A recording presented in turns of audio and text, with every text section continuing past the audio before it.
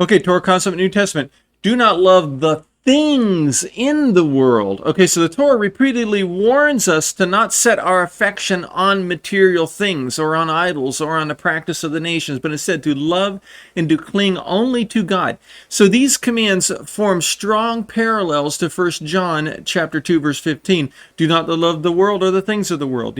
So the Torah parallel to do not love the world, the first example is exclusive love of God, which is found in the Shema, Deuteronomy 6, verses 4 through 5. This foundational command demands total devotion, leaving no room for competing love such as worldly desires. The next is warning against covetous and coveting and greed in Exodus 20 and Deuteronomy chapter 5.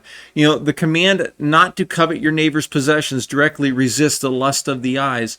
John warns about. Okay, the Torah frames desire for material things as destructive to covenant faithfulness. Okay, next example, rejecting idolatry and pagan practices.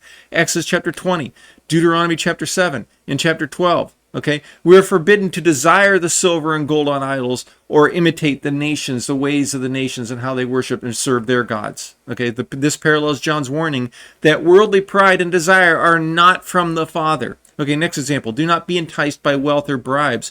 Exodus 23, Deuteronomy chapter 16, we read about this. Okay, so this reflects the Torah's concern that material gain can distort loyalty to God, echoing John's caution against loving things in the world. Okay, and next example, choose life over worldly temptation. Deuteronomy chapter 30, verse 19 to 20. John's contrast between the passing world and eternal life mirrors this Torah choice.